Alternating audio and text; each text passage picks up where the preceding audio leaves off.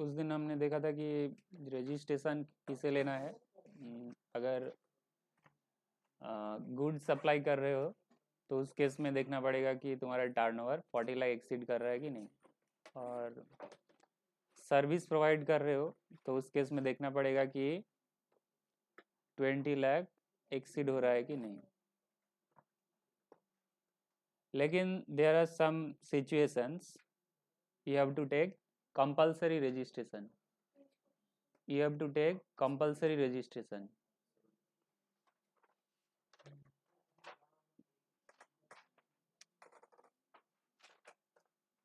अगर inter state supply कर रहे हो, अगर इंटर स्टेट सप्लाई कर रहे हो,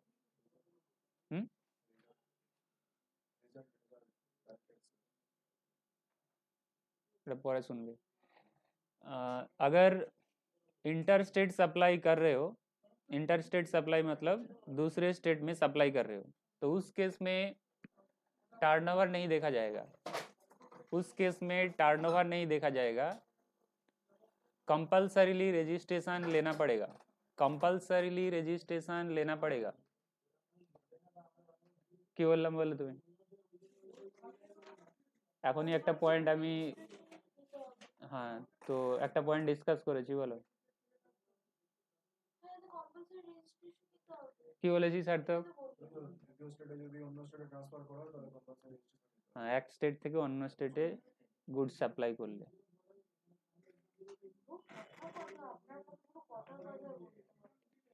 casual taxable person, casual taxable person को भी जीएसटी रजिस्ट्रेशन लेना पड़ेगा कंपलसरीली। कैजुअल टैक्सेबल पर्सन कौन है? कैजुअल टैक्सेबल पर्सन कौन है? जिस पर्सन का दूसरे स्टेट में प्लेस ऑफ बिजनेस नहीं है, लेकिन वो दूसरे स्टेट में जा रहा है टेम्पोररी पीरियड के लिए, हो सकता है 1 मंथ, हो सकता है 2 मंथ्स। प्लेस ऑफ बिजनेस नहीं है, प्रिंसिपल प्लेस ऑफ बिजनेस नहीं है, परमानेंट प्लेस ऑफ बिजनेस नहीं है, लेकिन वो बिजनेस करने जा रहा है। हो सकता है वहाँ पे फेयर चल रहा है, प्रोग्राम चल रहा है, इसीलिए वो गुड्स बेचने जा रहा है वहाँ पर। वो प्रोग्राम सपोज 1 मंथ चलेगा, तो this person is called casual taxable person. Casual taxable person means those person जिसका दूसरे स्टेट में प्लेस ऑफ बिजनेस नहीं है, फिर भी वो उस स्टेट में जा रहा है टेम्पोररी पीरियड के लिए, ठीक है। कैजुअल टैक्सेबल पर्सन को ही टेम्पोररी पीरियड के लिए रजिस्ट्रेशन लेना पड़ेगा, चाहे उसका टर्नओवर कितना कम क्यों ना हो, कंपल्सरीली लेना पड़ेगा, compulsorily. Non resident taxable person मतलब जो पर्सन बाहर से आ रहा है, फॉरेनर, वो अगर इंडिया में आ रहा है थोड़ी देर दिन के लिए बिजनेस करेगा, maximum 90 days. Non resident is coming in India and doing business up to 90 days, then he can take temporary registration, non-resident taxable person registration. Maximum validity period is 90 days. In case of casual taxable person also, period of validity of registration is 90 days. ठीक है, इन दोनों उसका जो period registration का जो validity period है वो 90 days ही रहेगा, क्योंकि वो उसका प्लेस ऑफ बिजनेस इंडिया में नहीं है। नॉन रेसिडेंट टैक्सेबल पर्सन के केस में वो जो बाहर से आ रहा है उसका place of business permanent place of business नहीं है, परमानेंट प्लेस ऑफ बिजनेस नहीं है, फिर भी वो बिजनेस करने आ रहा है, ठीक है। इसीलिए उसका जो पीरियड ऑफ रजिस्ट्रेशन रहेगा वो 90 डेज मैक्सिमम।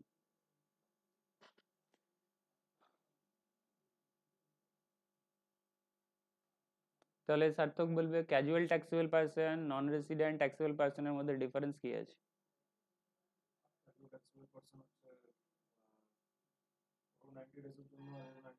हम्म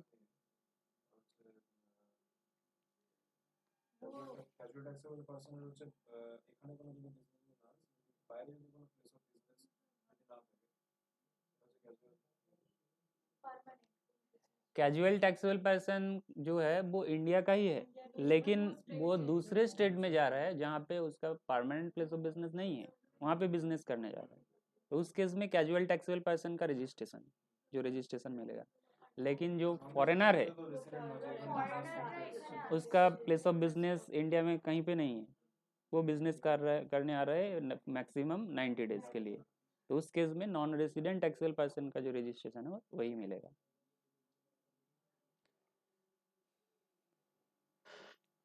उसके बाद पर्सन रिक्वायर्ड टू पे अंडर रिवर्स चार्ज। जो पर्सन को रिवर्स चार्ज मैकेनिज्म में टैक्स पे करना पड़ता है उन्हें जीएसटी रजिस्ट्रेशन लेना पड़ेगा, भले ही उसका टर्नओवर कितना कम क्यों ना हो। रिवर्स चार्ज मतलब रिवर्स चार्ज मतलब तुम ऐसे चलो बोलो रिवर्स चार्ज फॉरवर्ड चार्ज আগের दिन বলেছিলাম। रिवर्स चार्ज की फॉरवर्ड चार्ज की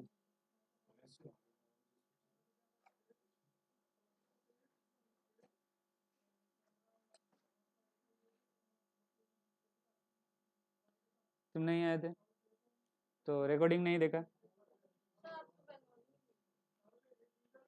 बंगाली में बोले थे, इंग्लिश हिंदी में बोले थे, तुम चेक करोगे कुछ कुछ। और रिपीटेशन नहीं होगा, ठीक है, जो हो गया तो हो गया। फॉरवर्ड चार्ज है जहाँ पे सप्लायर को या फिर सेलर को जीएसटी कलेक्ट करके पे करना पड़ता है। फॉरवर्ड चार्ज, फॉरवर्ड चार्ज में सप्लायर को या फिर सेलर को जीएसटी कलेक्ट करके गवर्नमेंट को देना पड़ता है। लेकिन रिवर्स चार्ज में जो गुड्स खरीदते हैं वही गवर्नमेंट को डायरेक्टली पे कर देते हैं। Seller will not collect. ऐसा कौन सा गुड्स है, सपोज कैश्यू नट, काजू बादाम, bidi wrapper leaves, bidi wrapper leaves, tobacco leaves, these are goods, dry foods নয়। ক্যাশিউ নাট বুঝতে পেরেছো? This goods fall under reverse charge mechanism. जो उसे खरीदेगा उसी को टैक्स पे करना पड़ेगा गवर्नमेंट को directly. Seller will not collect. That means suppose seller of cashew nut is agriculturist. Agriculturist is the seller of cashew nut. Cashew nut.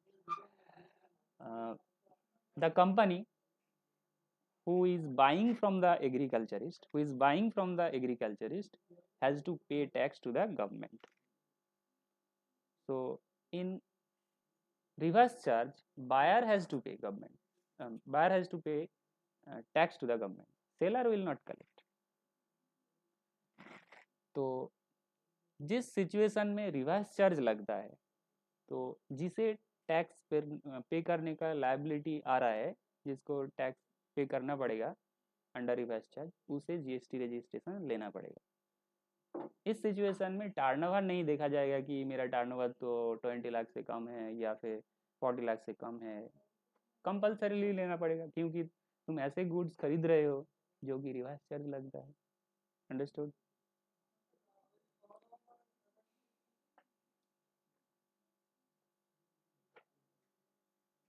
अच्छा, रिवर्स चार्ज में कुछ गुड्स है जो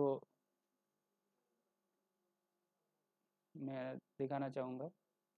रिवर्स चार्ज मैकेनिज्म में कुछ गुड्स है।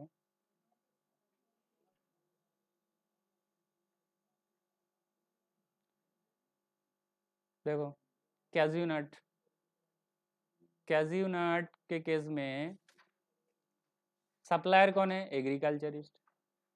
जो पर्सन उससे खरीद रहा है, हो सकता है कंपनी खरीद रहा है, ठीक है, तो जीएसटी कौन पे करेगा? गवर्नमेंट को directly, buyer. Bidi wrapper leaves, tendu leaves alternatively called. तो जो पर्सन खरीद रहा है उसे पे करना पड़ेगा। टोबैको लीव्स, जो खरीद रहा है उसे पे करना पड़ेगा। Seller will not collect, agriculturist will not collect. Silk yarn, उस केस में भी जो मैन्युफैक्चरर से खरीद रहा है, जो पर्सन मैन्युफैक्चरर से खरीद रहा है, सिल्क यार्न। लॉटरी के केस में जो लॉटरी डिस्ट्रीब्यूटर खरीद रहा है उसे पे करना पड़ेगा। गवर्नमेंट विल नॉट पे टू द टैक्स डिपार्टमेंट। এটা সুতা টাইপের হবে, धागा।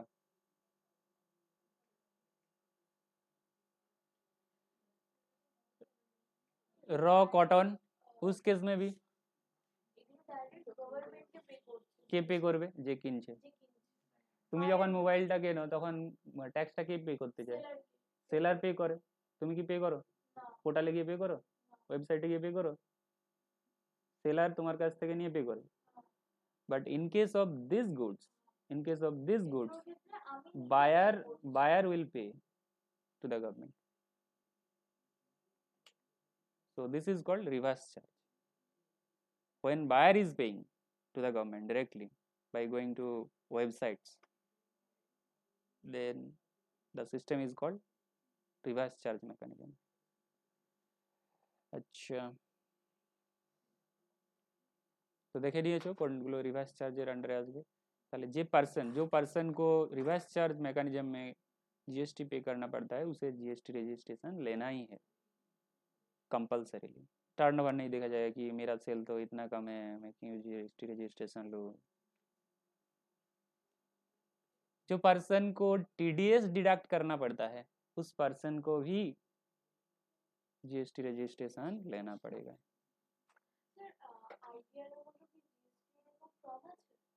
हाँ, फॉर्म है GST return. Input service distributor को भी रजिस्ट्रेशन लेना है। इनपुट सर्विस डिस्ट्रीब्यूटर की তুমি বলো, আগের দিন তুমি ছিল আর রেকর্ডিং দেখেছো, তুমি বলো what is input service distributor. দেখা হয়নি?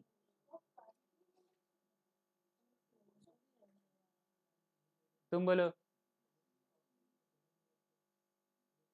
तुम तो ऑनलाइन थे।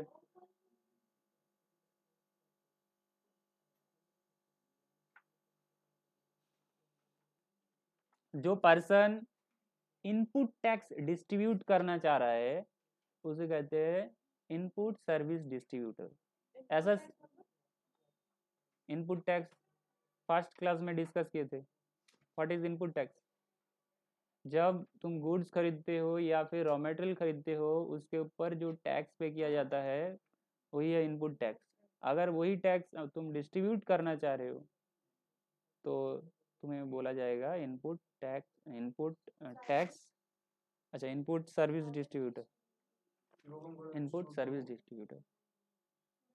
Suppose head office is purchasing raw material but goods are being sold by outlets in different states, so they are only selling and you have to distribute input tax so that they can take credit,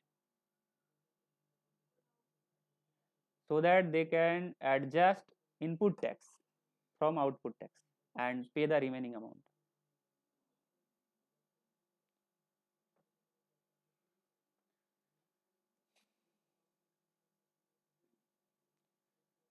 input service distributor को लेना पड़ेगा GST registration compulsorily. अगर तुम distribute करना चाह रहे हो input among the branches outlets. E commerce operator को भी लेना पड़ेगा। ई कॉमर्स ऑपरेटर मतलब एग्जांपल दो, एग्जांपल दो, एग्जांपल एक दो। हाँ, उसे भी जीएसटी रजिस्ट्रेशन लेना पड़ेगा।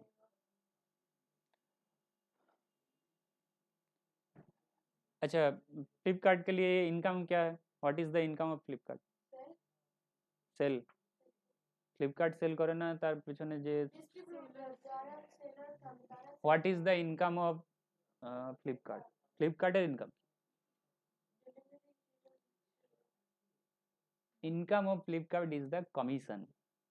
फ्लिपकार्ट बोल रहा है तुम्हें, अगर तुम चाहते हो कि मेरे प्लेटफॉर्म के थ्रू तुम्हारा गुड्स सेल हो जाए तो मुझे देना पड़ेगा इतना कमीशन। कमीशन है इनकम ऑफ फ्लिपकार्ट। सेम। तो ई कॉमर्स ऑपरेटर के लिए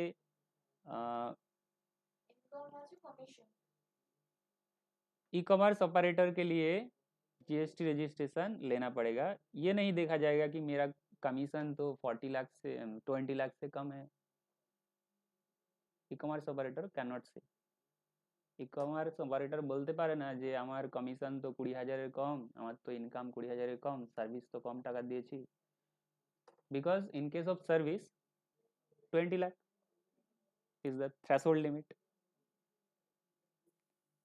E-commerce operator has to take registration mandatorily.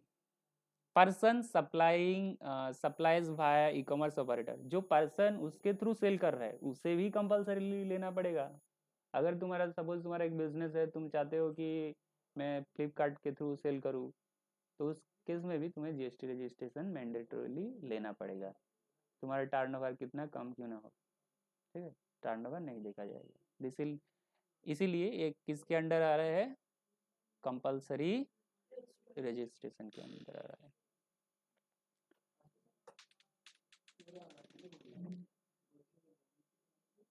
अच्छा, ये 2 पॉइंट छोड़ो।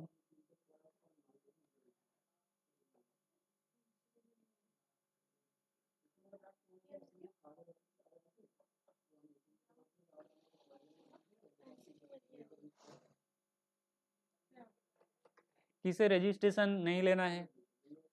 जो पर्सन ऐसा गुड सेल कर रहा है जिसके ऊपर जीएसटी नहीं लगता है, जिसके ऊपर जीएसटी नहीं लगता है, वो पर्सन को जीएसटी रजिस्ट्रेशन लेने की ज़रूरत नहीं है।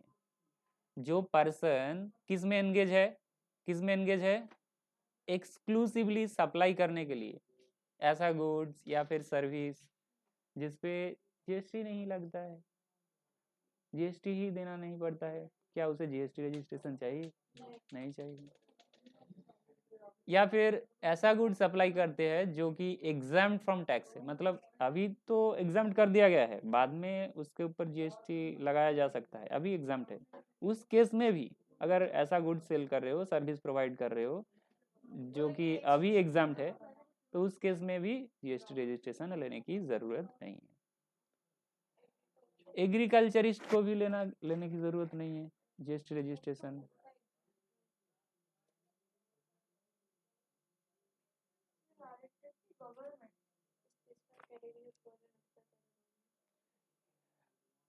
अगर गवर्नमेंट नोटिफाई कर देता है कि ये पर्सन को जीएसटी रजिस्ट्रेशन लेने की ज़रूरत नहीं है, अगर नोटिफाई कर देता है, तो इसीलिए लिखा है कि अगर नोटिफाई करते हैं तो स्पेसिफाई करके ये पर्सन को लेने की ज़रूरत नहीं है, वो पर्सन।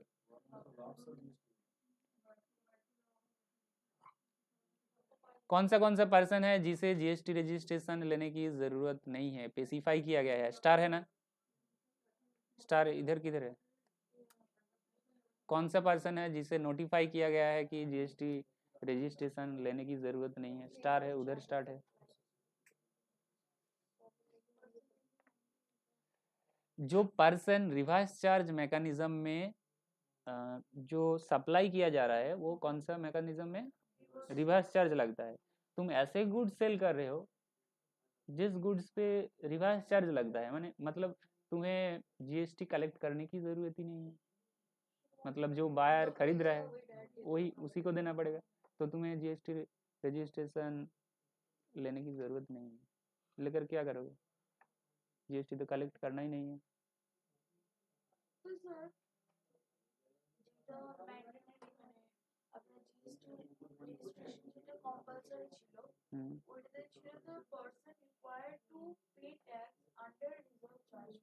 রিভার্স চার্জ সমান হচ্ছে না। এখানে যেটা বলা রয়েছে जो पर्सन सप्लाई कर रहा है, जो पर्सन सप्लाई कर रहा है मतलब सेलर, उसे लेने की जरूरत नहीं है। उधर लिखा है कि जो पर्सन, हाँ उसे कंपलसरी लेना पड़ेगा।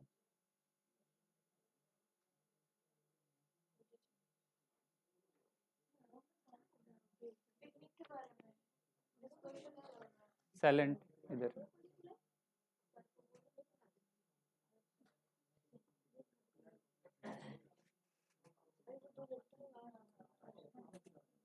আর কিছু আছে বলার? বলে না, बोलो बोलो, अरे बोलो ना।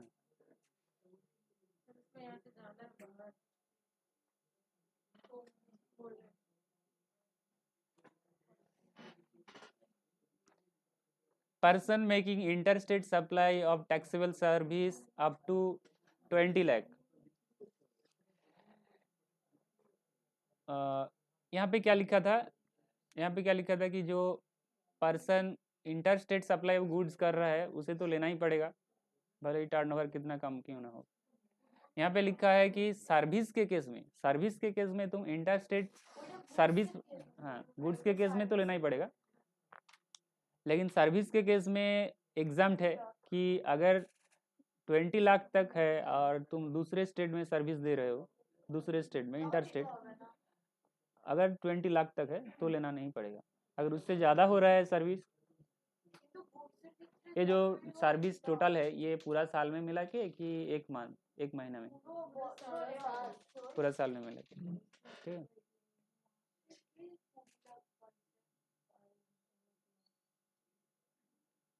सेल है, सेल, सेल इनकम नहीं, सेल टर्नओवर।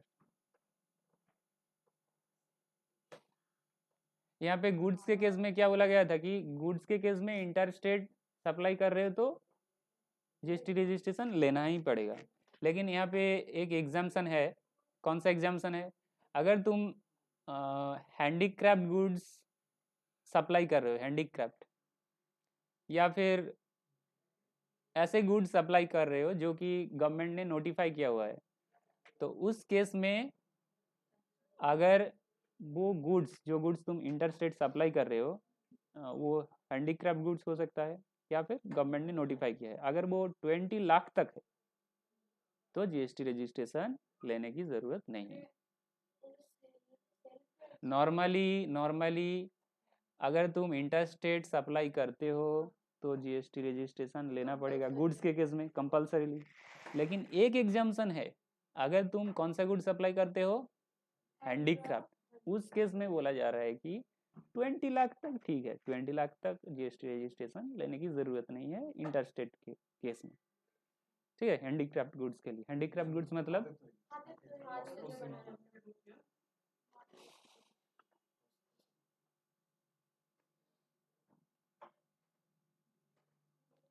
और ऊपर देखो, ऊपर यहाँ पे बोला गया था कि कैजुअल टैक्सेबल पर्सन को तो जीएसटी रजिस्ट्रेशन लेना ही है।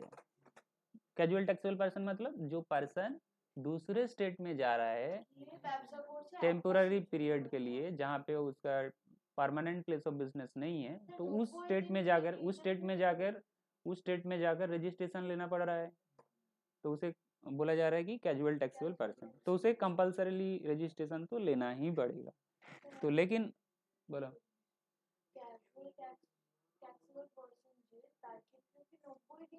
90 days non resident taxable person registration 90 days maximum, casual taxable person maximum 90 days.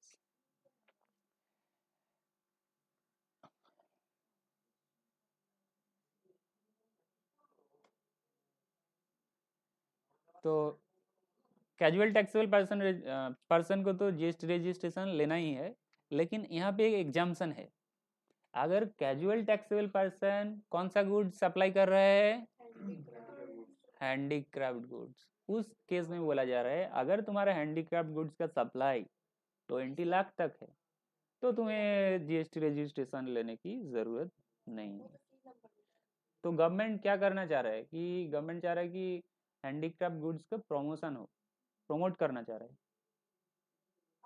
इसीलिए रिलैक्सेशन दे रहा है। रिलैक्सेशन किस में? रिलैक्सेशन जीएसटी रजिस्ट्रेशन लेने की ज़रूरत नहीं है अप टू 20 लाख है तो।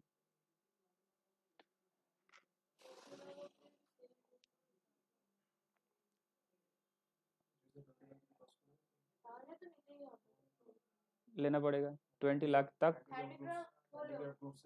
हाँ, हैंडीक्राफ्ट गुड्स के केस में भी अगर 20 लाख एक्सीड कर रहा है उस केस में। अदर गुड्स के केस में तो लेना ही पड़ेगा, इंटरस्टेट है तो उसमें तो 20 लाख रिलैक्सेशन नहीं है। सिर्फ हैंडीक्राफ्ट गुड्स के केस में 20 लाख तक रिलैक्सेशन है। इंटरस्टेट सप्लाई के केस में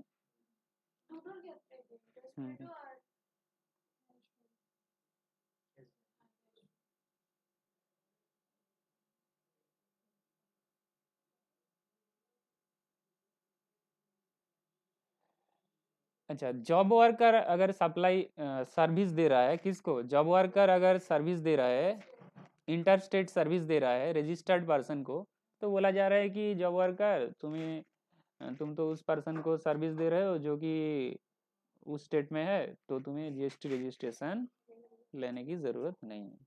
जॉब वर्कर को रिलैक्सेशन दिया गया है। जॉब वर्कर मतलब क्या? बाहर जाके काम करते हैं।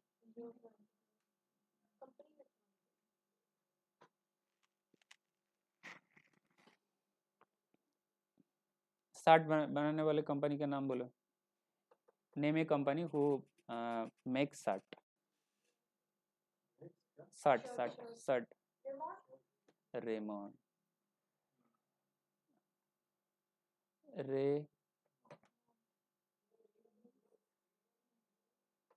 तो रेमंड कंपनी सपोज इधर है सपोज। नाम बोलो, तुम्हारा नाम बोलो। सीमा। सीमा बोलता है कि वो बोल रही कि मैं 60 लगा दूंगा, जो 60 है उसका बटन लगा दूंगा।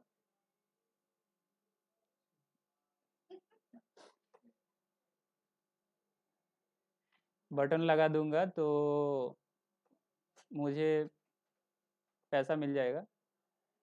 तो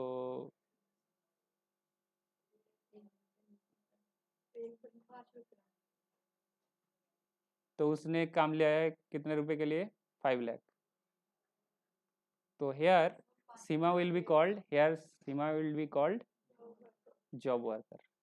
अंडरस्टूड? अगर जॉब वर्कर रजिस्टर्ड पर्सन को सप्लाई देता है, यहाँ पे रजिस्टर्ड पर्सन कौन है? रेमोंड है। रेमोंड है। सपोज रेमोंड का जो रजिस्टर्ड ऑफिस है वो मुंबई है।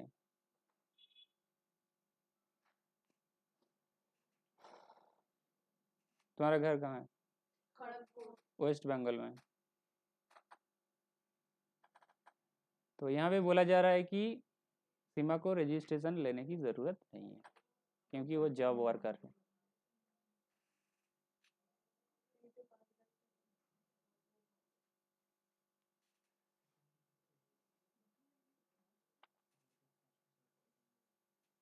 इसने सर्विस प्रोवाइड किया है किसको?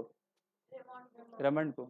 तो जीएसटी चार्ज करना चाहिए, जीएसटी रजिस्ट्रेशन लेना चाहिए, लेकिन रिलैक्सेशन है, मतलब एग्जाम किए गए हैं जॉब वर्कर को। Understood point?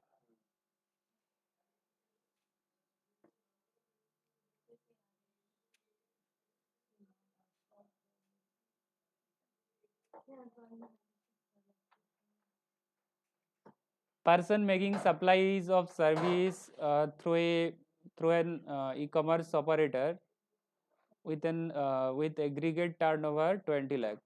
Person supplying supply of service provide कर रहा है किसके थ्रू? एक पर्सन है जो सर्विस प्रोवाइड कर रहा है किसके थ्रू? ई कॉमर्स ऑपरेटर के थ्रू, मतलब ऑनलाइन प्लेटफॉर्म के थ्रू। एक पर्सन है जो ऑनलाइन प्लेटफॉर्म के थ्रू सर्विस प्रोवाइड कर रहे हैं। तो उस केस में बोला जा रहा है कि अगर तुम जो सर्विस प्रोवाइड कर रहे हो उसका टर्नओवर मतलब टोटल अगर 20 लाख तक है तो जीएसटी रजिस्ट्रेशन लेने की ज़रूरत नहीं है। अगर तुम सर्विस प्रोवाइड कर रहे हो, गुड्स के केस में तो लेना ही पड़ेगा क्योंकि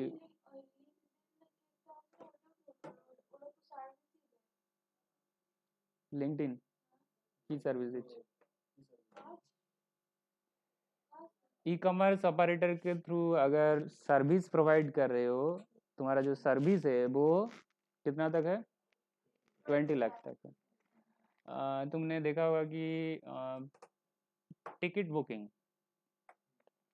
बुकिंग, या फिर होटल बुकिंग। हाँ, तो मेक माई ट्रिप एक वेबसाइट है जो कि ई कॉमर्स ऑपरेटर है, लेकिन वहाँ पे बहुत सारा होटल लिस्टेड है।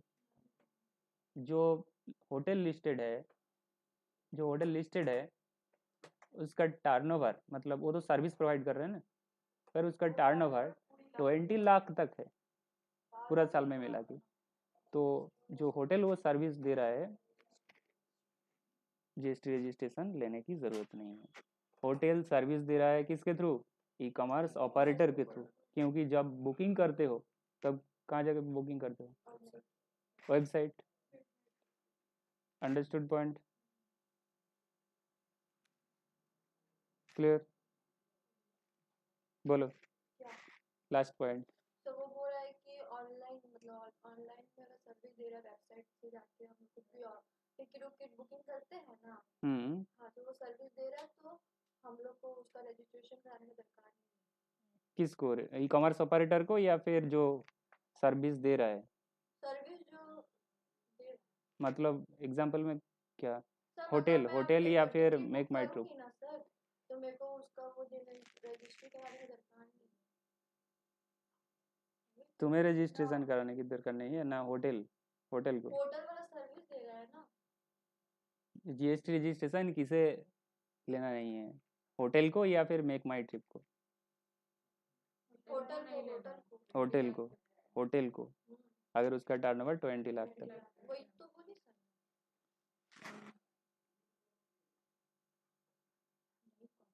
हाँ बोलो। कितना अच्छा समझाई।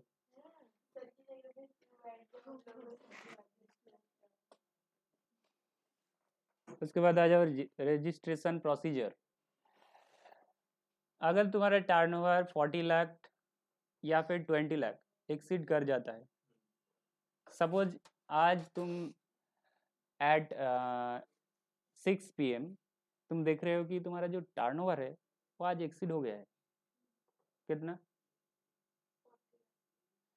तो अगर एक्सीड कर जाता है विद इन 30 डेज क्या करना पड़ेगा? जीएसटी रजिस्ट्रेशन के लिए अप्लाई करना पड़ेगा with in 30 days. GST registration का फॉर्म क्या है? उस दिन जो दिखाए थे पीडीएफ फॉर्म, फॉर्म नंबर बोलो। REG01, right. REG01 फिल करना पड़ेगा। की बोलছে এবার বলো।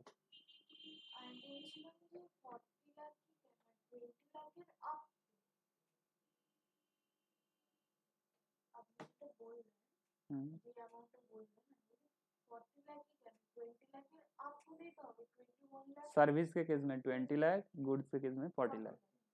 तो तुम क्या बिजनेस करो तुम्हें ही पता है, तो इसीलिए मैं बोल रहा हूँ कि 20 लाख या फिर 40 लाख।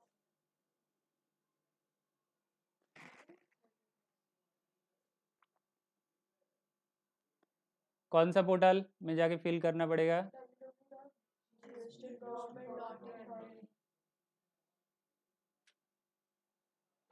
तो अगर सपोज यहाँ पे एक एग्जांपल है, शीतल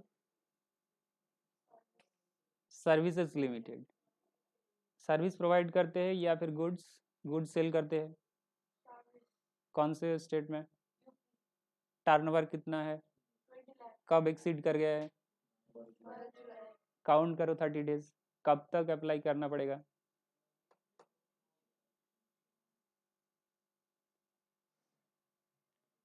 with in 11th August apply करना पड़ेगा, रजिस्ट्रेशन मिल जाएगा।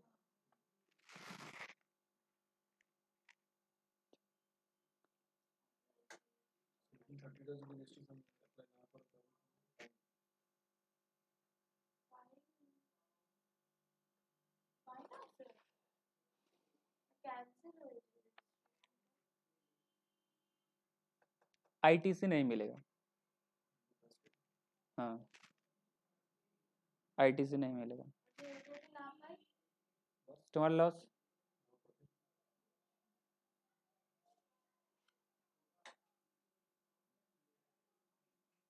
आईटीसी मैंने की, आईटीसी कंपनी ना Infosys, TCS.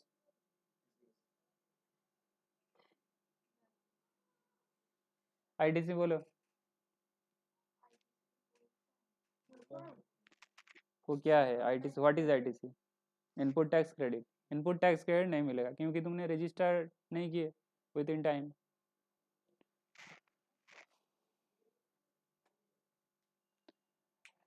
GSTR1 from number GSTR1, sorry GSTR REG1, इसमें अप्लाई करना पड़ेगा जीएसटी रजिस्ट्रेशन के लिए। REG1 इसमें अप्लाई करना पड़ेगा। तो उसमें क्या चाहिए? इसका 2 पार्ट है, पार्ट 1 पार्ट बी करके, पार्ट 1 पार्ट बी करके है।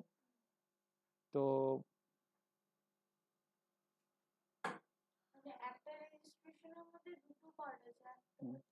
एक्टा फॉर्म का 2 पार्ट है, part A part B. Part A में कौन सा डिटेल्स देना पड़ेगा? लीगल नेम ऑफ बिजनेस देना पड़ेगा, पैन नंबर देना पड़ेगा। पैन नंबर जो दोगे तुम वो वेरीफाई किया जाएगा किसके द्वारा? इनकम टैक्स डिपार्टमेंट के द्वारा। तुम जो पैन नंबर डाल रहे हो क्या वो वैलिड पैन नंबर है? वेरीफाई कौन करेगा? डिपार्टमेंट। इनकम टैक्स डिपार्टमेंट कौन सा है? CBDT, central board of direct tax, central board of direct tax. और मोबाइल नंबर डालना पड़ेगा, ईमेल आईडी डालना पड़ेगा, OTP से वेरीफाई किया जाएगा। इतना ही पार्ट 1 में, ठीक है। अगर पार्ट 1 वेरीफाई हो जाता है तो तुम्हें एक मिलेगा TRN। यहाँ पे ERN है, एक्चुअली ये TRN होना चाहिए, टेम्पोररी रेफरेंस नंबर, एप्लीकेशन नहीं, temporary TRN, temporary reference number TRN, जिसका वैलिडिटी पीरियड कितना है?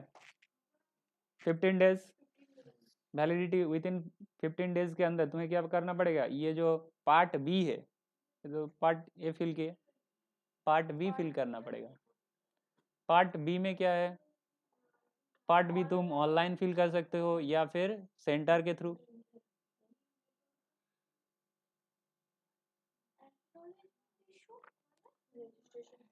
फिल करने के, सबमिट करने के बाद एक एक्नॉलेजमेंट दिया जाएगा। जैसे कि तुम्हें एक्नॉलेजमेंट मिलता है, रिसिप्ट का भी मिलता है, वैसे ही एक एक्नॉलेजमेंट मिलेगा सबमिट करने के बाद। वो कौन सा फॉर्म में मिलेगा? REG2 में।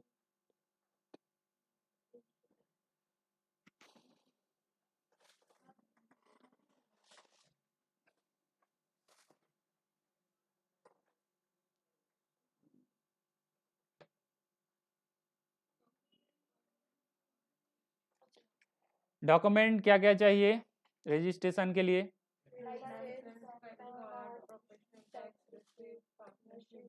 पार्टनरशिप डीड कब चाहिए? पार्टनरशिप डीड कब चाहिए? अगर तुम रजिस्ट्रेशन ले रहे हो पार्टनरशिप फॉर्म का, तब पार्टनरशिप डीड चाहिए। कब MOA AOA चाहिए? बोलो। जब तुम रजिस्ट्रेशन कर रहे हो, GST रजिस्ट्रेशन लेना चाह रहे हो किसी कंपनी का, तब MOA AOA। Certificate of incorporation, वो भी कंपनी के लिए।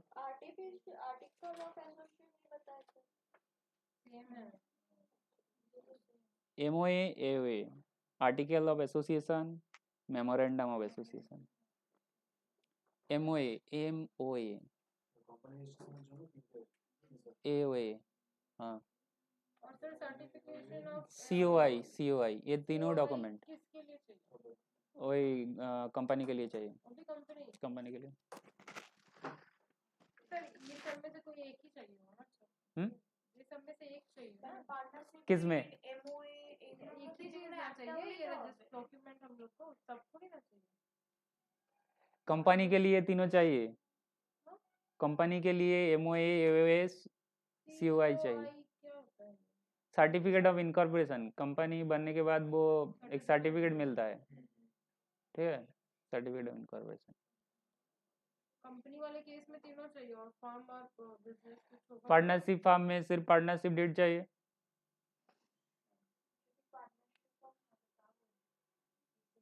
থাকে নয়, সাপোজ তোমার পার্টনারশিপ বিজনেস রয়েছে, তুমি জিএসটি রেজিস্ট্রেশন নেবে, তো তোমার পার্টনারশিপ ডিউটি থাকবে না যে কে কত প্রফিট নেবে, তুমি বলবে আমি তো সব প্রফিট নেব, সে বলবে আমি সব প্রফিট নেব, পার্টনারশিপ ডিডে লেখা থাকবে কে কত প্রফিট নেবে, ঠিক আছে। वरना सोल प्रोप्राइटर के लिए पैन कार्ड, ट्रेड लाइसेंस और इनमें से कुछ भी नहीं, प्रोफेशनल टैक्स रिसिप्ट देना पड़ेगा। रेंट एग्रीमेंट चाहिए, एनओसी चाहिए, नो ऑब्जेक्शन सर्टिफिकेट। सपोज तुमने ये जो प्लेस है, इस प्लेस को तुमने किराए पे ले रखे हैं, तो तुम इसी को प्लेस ऑफ बिजनेस दिखाना चाह रहे हो, किसको, जीएसटी डिपार्टमेंट को दिखाना चाह रहे हो कि मेरा यही प्लेस ऑफ बिजनेस है, तो जो ओनर है उससे लेना पड़ेगा एनओसी कि मेरा कोई ऑब्जेक्शन नहीं है, वो जो बिजनेस पर्सन कर रहा है। No objection certificate. Consent letter चाहिए, हो सकता है कि सपोज एक कंपनी है जिसका 2 डायरेक्टर है, एक डायरेक्टर का प्रॉपर्टी में ही बिजनेस चल रहा है, 2 डायरेक्टर है उस कंपनी का, एक प्रॉपर्टी का जो एक जो डायरेक्टर है उसका प्रॉपर्टी में ही बिजनेस चल रहा है, तो उस केस में डायरेक्टर से कंसेंट लेना पड़ेगा जिसका प्रॉपर्टी है कि मेरा कोई प्रॉब्लम नहीं है, बिजनेस हो रहा है, कंपनी बिजनेस कर रहा है, ভাড়ায় নিয়েছে, প্রপার্টিতে বিজনেস চলছে মানে তুমি ধরো একটা বিজনেস করবে, তোমার তো জায়গা দরকার কি দরকার না, অফিস করবে কি করবে না, তো সেটা ডাইরেক্টর লাগিয়েছে, ডাইরেক্টরের জায়গা, তো কনসেন্ট নিতে হবে ডাইরেক্টরের কাছ থেকে, কনসেন্ট লেটার, ठीक है। Electric bill, fix line bill, municipal tax receipt, तीनों में से एक देना पड़ेगा, जिसे यूटिलिटी बिल कहते हैं, utility bill, gas bill, electricity bill, water bill.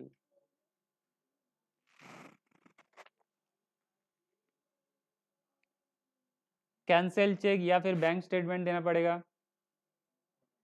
आधार नंबर तो देना पड़ेगा इन लास्ट मंथ है। डिजिटल सिग्नेचर सर्टिफिकेट मैंडेटरी नहीं है, लेकिन कंपनी या फार्म के केस में मैंडेटरी है, प्रोप्राइटर से बिजनेस के केस में मैंडेटरी नहीं है, ये सब डॉक्यूमेंट चाहिए। अंडरस्टूड।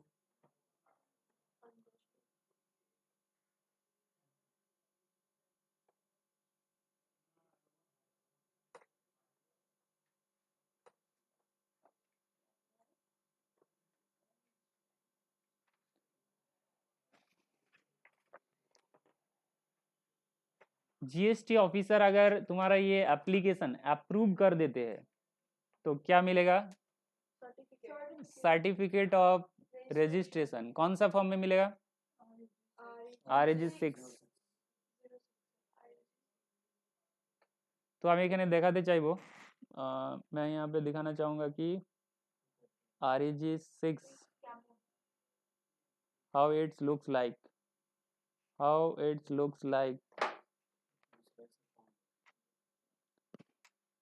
RAG6 GST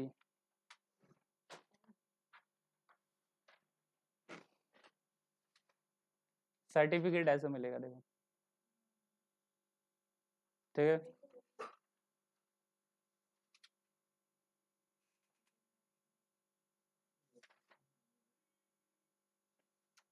RAG6 है, रजिस्ट्रेशन सर्टिफिकेट है, GST नंबर है,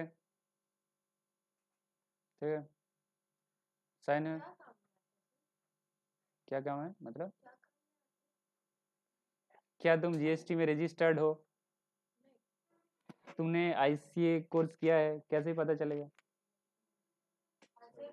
सर्टिफिकेट नहीं नहीं, हम वो नहीं बोल रहे। क्या बोल रहे हैं? जीएसटी रजिस्ट्रेशन का सर्टिफिकेट क्या काम है? ICA सर्टिफिकेट क्या काम में आएगा? वो तो जॉब मिलने के लिए हम लोग का, जॉब में दिखाने के लिए जॉब मिल जाएगा। अगर तुम्हें कहीं पे दिखाना पड़ेगा कि तुम GST में रजिस्टर्ड हो तो सर्टिफिकेट ही दोगे।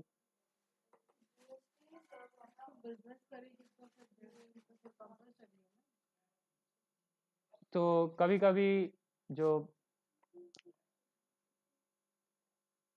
अगर तुम देखोगे दुकान में देखोगे तो कभी कभी वो दुकान में चिपका पे लगा के रखते हैं, चिपका के GST यही सर्टिफिकेट। देखा है कभी कहीं पे? अच्छा, ठीक है, गुड ऑब्जर्वेशन।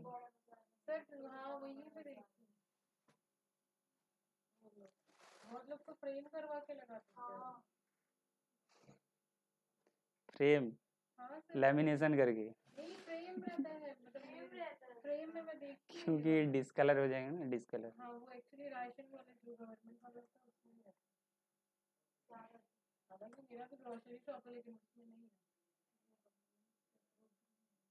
अच्छा देखो,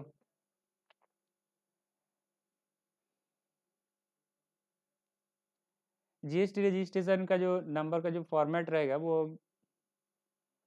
फर्स्ट 2 डिजिट या फिर कैरेक्टर स्टेट कोड 19, किसके लिए, कौन सा स्टेट गवर्नमेंट के लिए? वेस्ट बंगाल के लिए। उसके बाद 10 कैरेक्टर पैन नंबर, इतना तक, इतना, यहाँ से इतना तक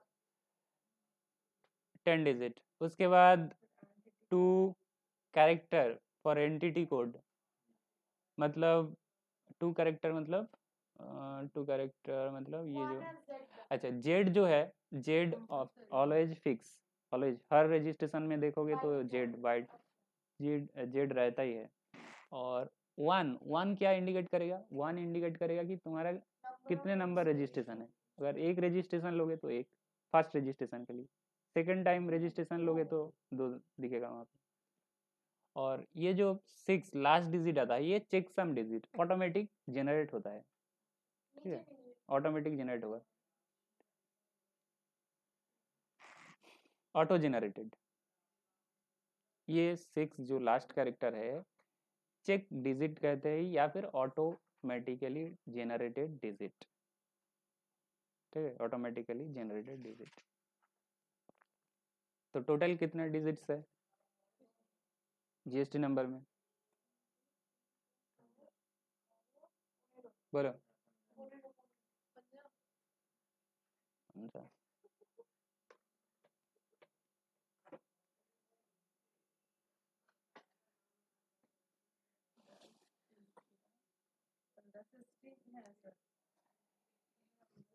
देखो यहाँ पे क्या लिखा है, हर पर्सन को जो रजिस्टर्ड है उसे प्रोमिनेंट प्लेस पर, केवल मोबाइल के नो,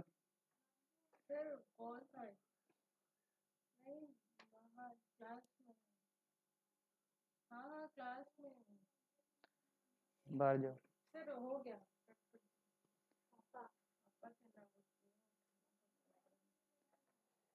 हर रजिस्टर्ड पर्सन को GST का सर्टिफिकेट डिस्प्ले करना पड़ेगा। Every registered person shall display,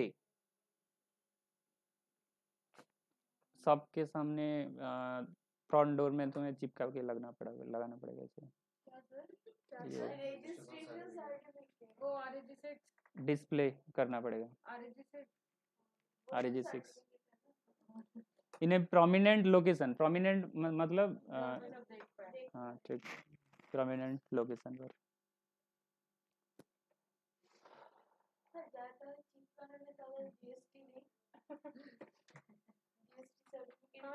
রাখতে হবে, ঠিক আছে। তোমার GST registration রয়েছে, you are not displaying, you are violating the provisions of GST law, you are violating the provision of GST law, you need to display।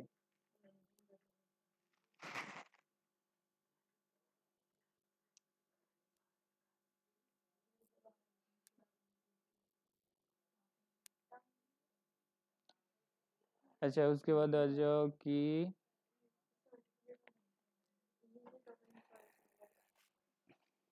Certificate तो मिल गया, तो उसके बाद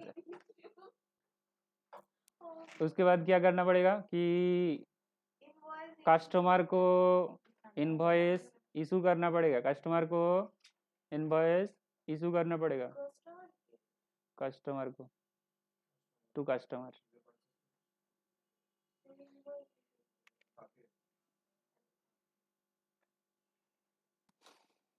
तो टाइम लिमिट क्या रहेगा इशू करने के लिए, टाइम लिमिट क्या रहेगा? क्या गुड्स आज खरीदा है कस्टमर ने या फिर बायर ने, तुम उसे इनवॉइस इशू करोगे 2 मंथ बाद, आफ्टर 2 मंथ्स, 2 महीने बाद इशू करोगे क्या?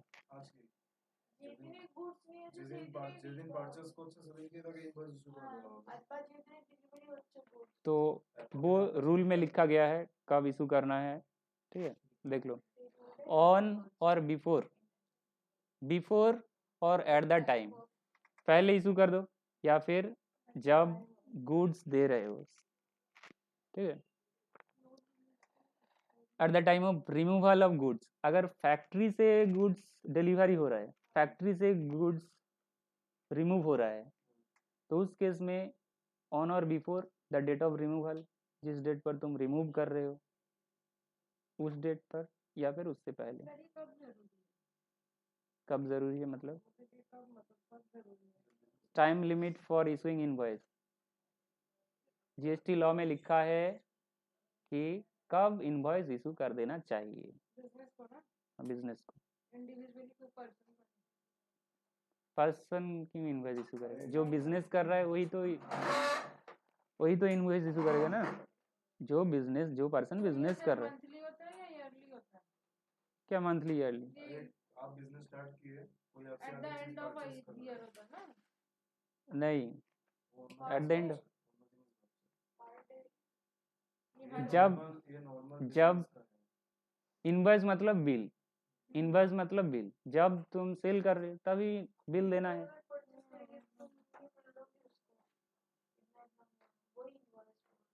जब फैक्ट्री से गुड्स रिमूव हो रहा है, ट्रांसफर कर रहे हो, जिस डेट पर वो रिमूव हो रहा है या फिर उससे पहले, तुम सोच रहे हो कि आज तो मैंने गुड्स ट्रांसफ़र कर दिए, लेकिन मैं 6 महीना after 6 months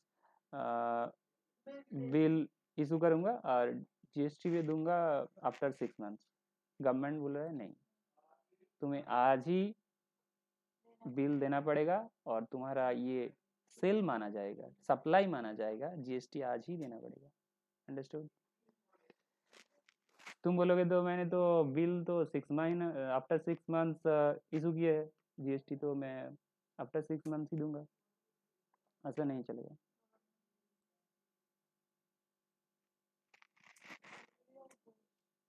delivery of goods के केस में, जब डिलीवरी दे रहे हो, ठीक। रिमूवल, ये कौन सा केस है? ये फैक्ट्री से जब रिमूव कर रहे हो, ये जब दुकान से कर रहे हो, ये फैक्ट्री वाला केस है, ये दुकान, फ्रॉम शॉप। रिमूव मतलब क्या? सपोज एक कस्टमर है जो जिसे 1 करोड़ का गुड्स चाहिए, तो उसे तो फैक्ट्री से ट्रांसफ़र करना पड़ेगा ट्रक में लोड करके, तो वो रिमूवल वाला केस।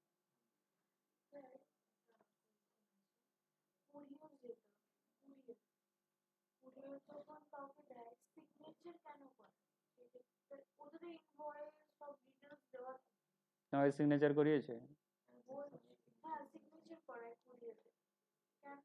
কোনটাতে সিগনেচার করে?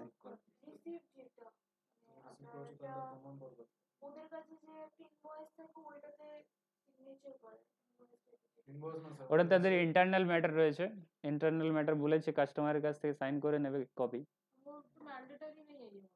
वो जीएसटी के लिए मैंडेटरी नहीं है, ठीक है।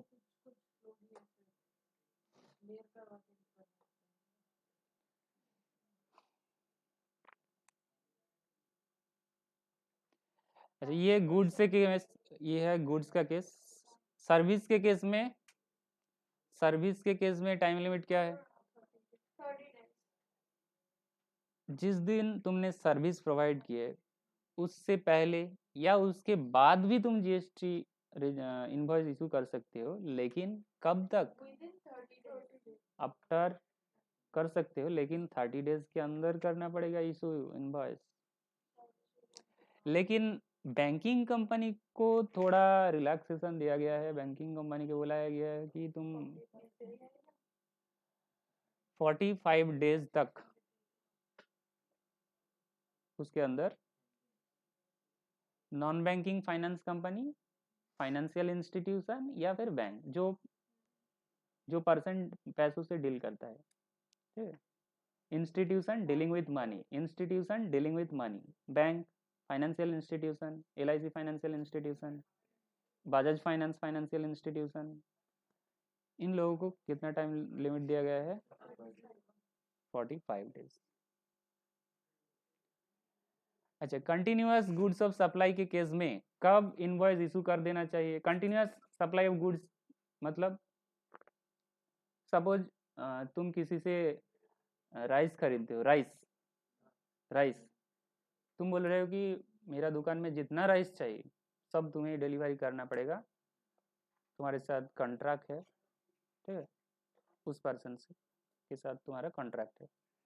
तो कब माना जाएगा कि सप्लाई हो गया है, सेल हो गया है? क्योंकि वो तो हर बार डिलीवरी कर रहा है ना, हर मंथ में, after 2 days, after 3 days, after 7 days.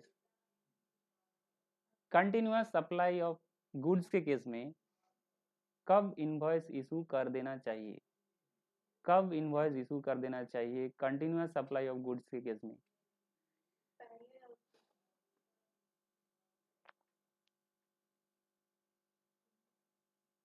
जब पेमेंट मिलता है, जब तुम उसे पेमेंट कर रहे हो, उसे जब पेमेंट मिल रहा है at the time of payment, या फिर उससे पहले, या फिर जब वो तुम्हें स्टेटमेंट भेज रहा है, स्टेटमेंट कि मैंने तुम्हें इस मंथ में इतना गुड सप्लाई किया है, इतना क्वांटिटी, तो एट द टाइम और बिफोर, वो स्टेटमेंट भेजने से पहले, जब स्टेटमेंट भेज रहे हो जिस डेट पर, तो उसी डेट पर उससे पहले इनवॉइस इशू कर देना चाहिए कंटिन्यूअस सप्लाई ऑफ गुड्स के केस में। তাহলে তুমি বলো কি বললাম?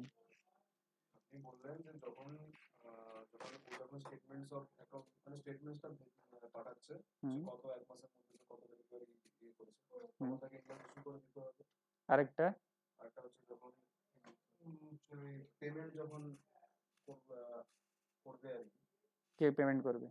যে দিচ্ছে, আচ্ছা, সে যখন পেমেন্ট করবে, তার মানে ও যখন পেমেন্ট পেয়ে যাচ্ছে তখন করে দেবে।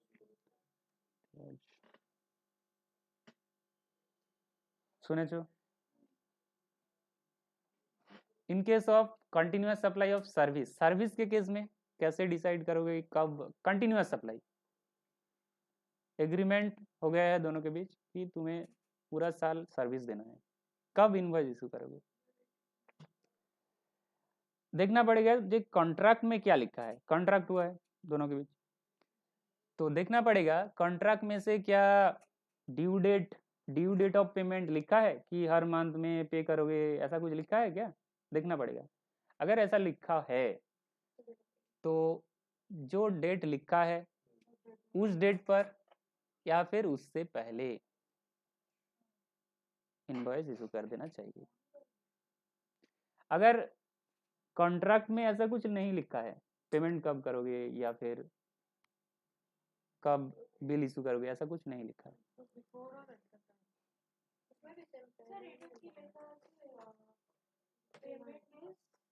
ड्यू डेट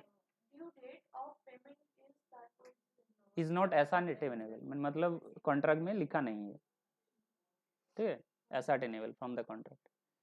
अगर ड्यू डेट पेमेंट का ड्यू डेट लिखा नहीं है, मतलब कॉन्ट्रैक्ट में नहीं है, तो उस केस में जब रेसिपेंट पेमेंट कर रहा है सप्लायर को, मतलब सप्लायर को जब पेमेंट मिल रहा है जिस डेट पर, उस डेट पर या फिर उससे पहले इनवॉइस इशू कर देना चाहिए। अंडरस्टूड। अगर कॉन्ट्रैक्ट में ऐसा लिखा है कि कॉन्ट्रैक्ट खत्म होते मतलब सर्विस कंप्लीट होते ही पेमेंट किया जाएगा, सर्विस कंप्लीट होते ही पेमेंट किया जाएगा, तब जब वो सर्विस कंप्लीट हो जाता है, मतलब वो एक्टिविटी कंप्लीट हो जाता है, तुम सर्विस प्रोवाइड कर देते हो, तभी या फिर उससे पहले इनवॉइस इशू कर देना चाहिए। कॉन्ट्रैक्ट में ऐसा लिखा है कि वो काम पहले तुम खत्म करो, उसके बाद ही पेमेंट मिलेगा, ठीक है। तो जब वो काम खत्म हो जाता है उस डेट पर या फिर उससे पहले इनवॉइस इशू कर देना चाहिए। अंडरस्टूड। इसीलिए लिखा है where payment is link to the completion of event, अगर कंप्लीट होगा सर्विस तभी पाओगे, मिलेगा तुम्हें पैसा। तो on or before the date of completion.